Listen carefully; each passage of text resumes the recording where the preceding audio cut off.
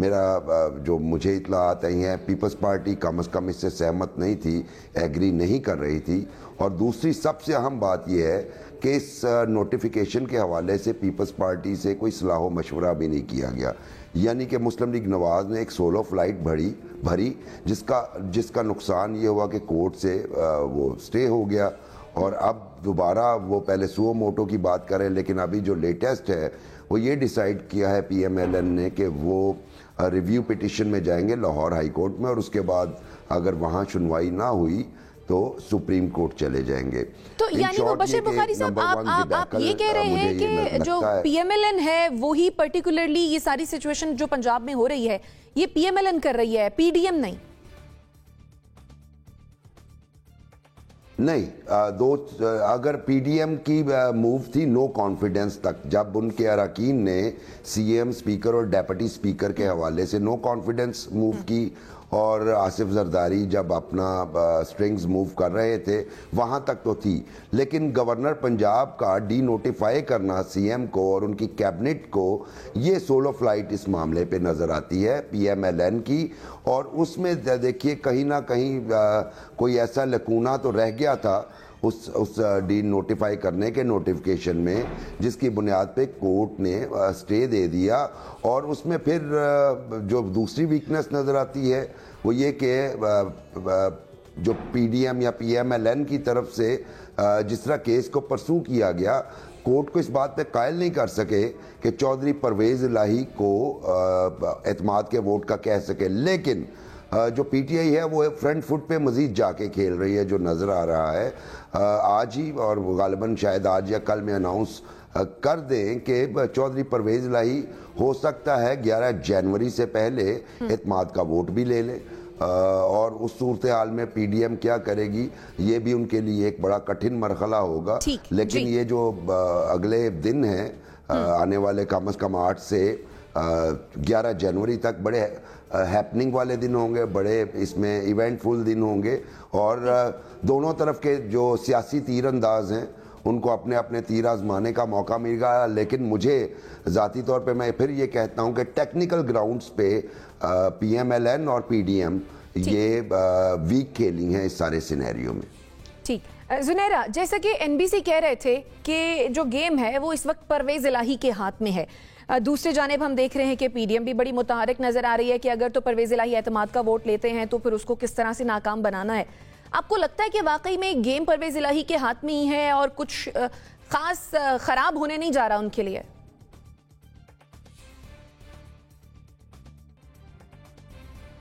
لیکن کسی حد تک میں مبشر صاحب سے بالکل اگری کرتی ہوں کہ جو موو کی ڈیسپریشن میں جو موو کی مسلم لیگ نون نے, جس میں ڈی نوٹیفیکیشن والا کام ہوا, وہ ڈیسپریٹ موو تھی اور بہت ہی غلط ڈائریکشن میں تھی.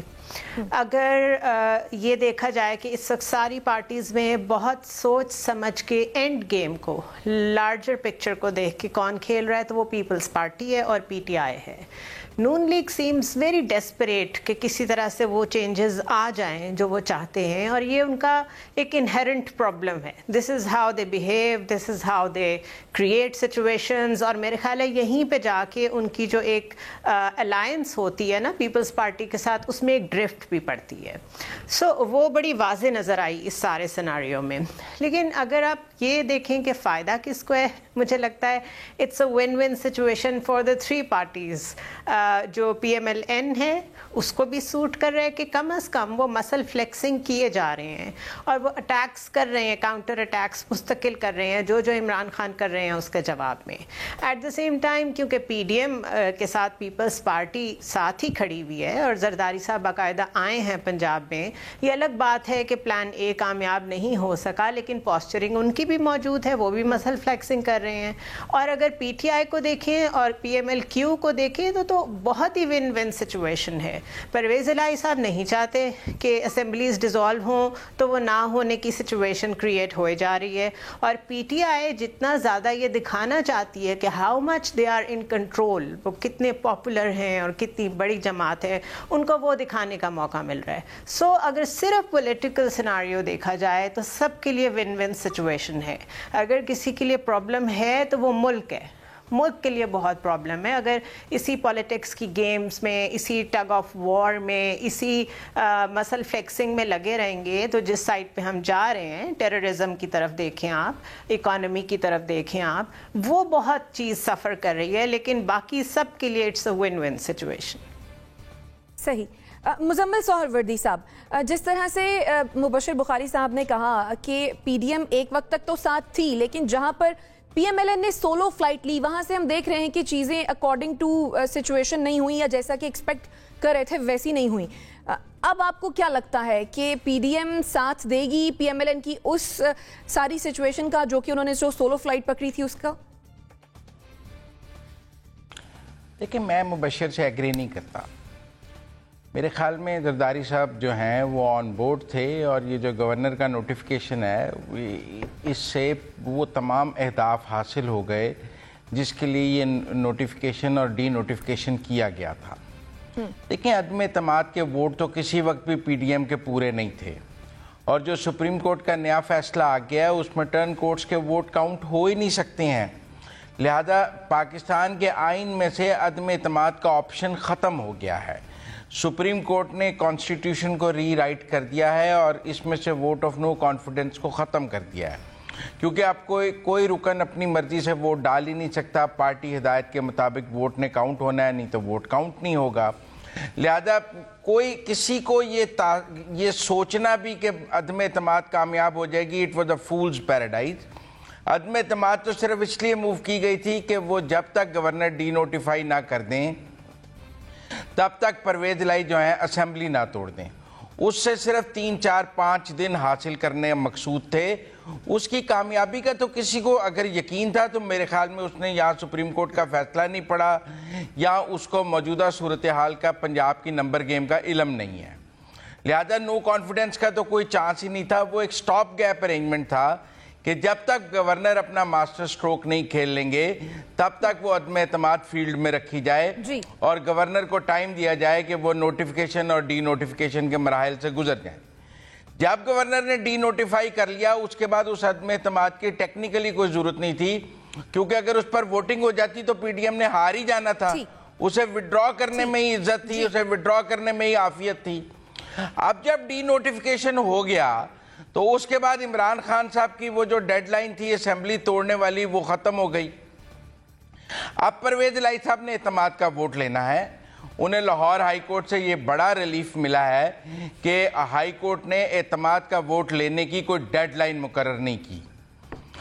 ایک عمومی قانونی ماہرین کی یہ رائے ہے کہ انہیں لاہور ہائی کورٹ کو اعتماد کا ووٹ لینے کی ایک ڈیڈ لائن مقرر کرنی چاہیے تھی. 5 دن 10 دن چلیں جی, وہ گورنر کی ڈیڈ لائن سے متفق نہیں تھے تو کوئی اور 10 دن کی ڈیڈ لائن مقرر کر دیتے, لیکن یہ نہیں کہہ سکتے تھے کہ آپ کا دل چاہے تو لے لیں, دل چاہے تو نہ لیں. وہ ایک کانسٹیٹیوشنل آبلیگیشن ہے آپ چیف منسٹر پر وہ لینا. اس لیے میرے خیال میں سپریم کورٹ جا رہی ہے پی ڈی ایم, اور وہاں سے یہ ڈائریکشن آ جائے گی کہ پرویز الہی صاحب اعتماد کا ووٹ لیں.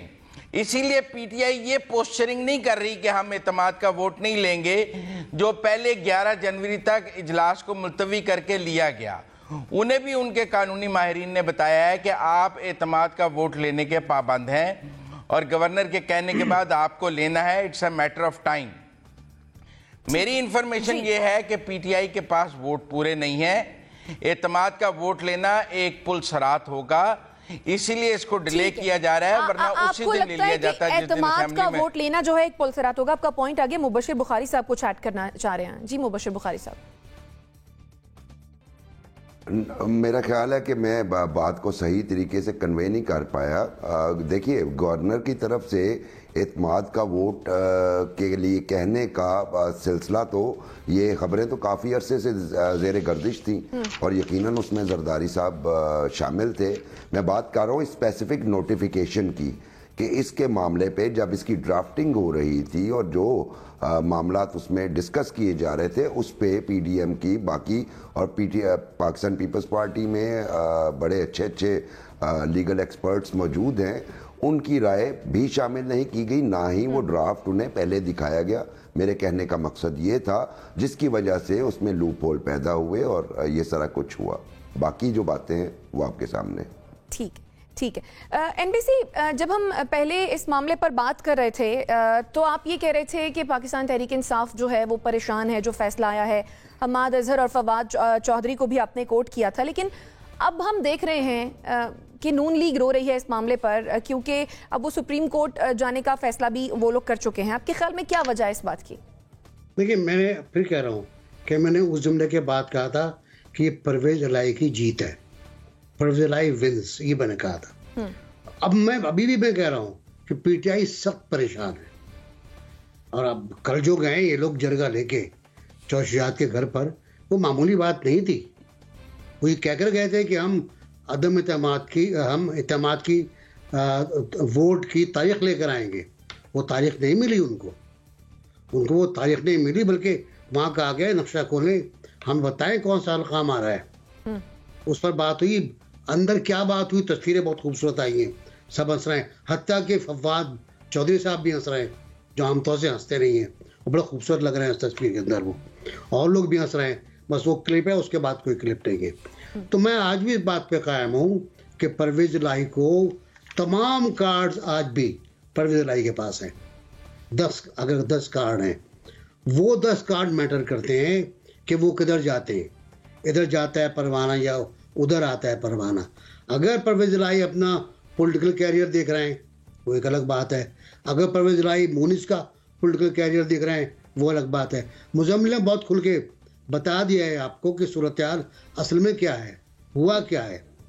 حالات یہ ہیں کہ ہائی کورٹ یہ نہیں کہہ سکتی کسی بھی صورت میں کہ گورنر کا آرڈر انلیگل ہے, کیونکہ آئین میں لکھا ہوا ہے, وہ آئین میں درج ہے. گورنر کسی بھی وقت چیف منسٹر سے اعتماد کے ووٹ کے لیے کہہ سکتا ہے. کوئی شرط نہیں ہے کہ راوی میں پانی بہ رہا ہو, ٹھنڈ نہ ہو, دھند نہ پڑ رہی ہو, لوگ آئے نہیں ہو, جا نہیں رہے ہو. بھائی لوگ کیوں نہیں آ رہے؟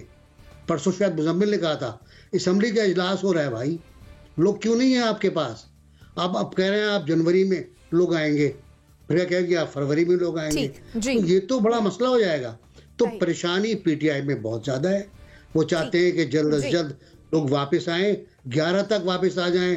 پیغامات جا چکے ہیں, گھوڑے دوڑ چکے ہیں, ہرکارے چلے گئے ہیں کہ ان کو لے کر آئیں واپس, اور کچھ لوگ واپس شاید نہ آنا چاہ رہے ہوں. یہ بھی ہو سکتا ہے لوگ آپ کے خیال میں واپس نہ آنا چاہ رہے ہوں. آپ کا پوائنٹ آ گیا. زنیرہ, پنجاب میں اگر تو حکومت تبدیل ہو جاتی ہے تو اس کا نتیجہ کیا ہوگا؟